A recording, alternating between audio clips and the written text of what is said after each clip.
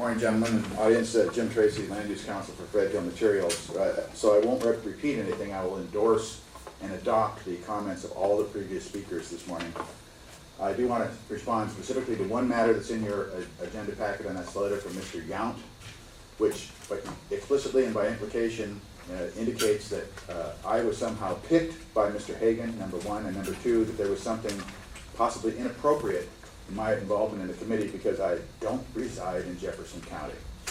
I appeared before this board after being endorsed by the Planning Commission as a member of the committee representing industrial interests in Jefferson County. I am counsel to Fred Hill Materials, who is a citizen of Jefferson County.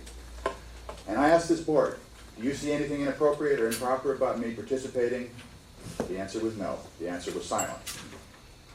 Now, as to the product of the CAO, which was adopted by Jefferson County, there's been some concern about why Fred Hill Materials was interested enough in this process to appeal your product to the Western Washington Growth Management Hearing Board.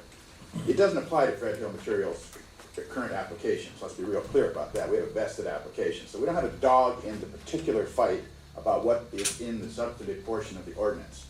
What I have appeared before this board on before is, multiple times, is several constitutional questions that this ordinance presents.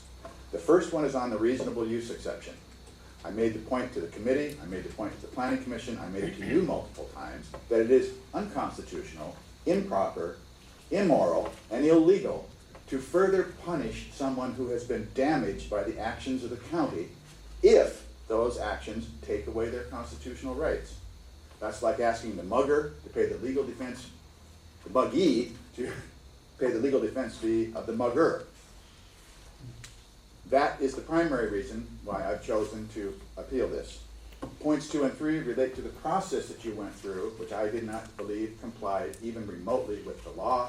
And points 3 and 4 of my appeal relate to your delegation of, improper delegation of authority to unqualified individuals to make certain determinations under the CAO. Let me be real clear. The hearing board is not going to clarify or respond to issues 1, 4, and 5. They don't have the authority to do so. But if I don't go to the hearing board, I can't then subsequently raise that issue in court. That's why it's there.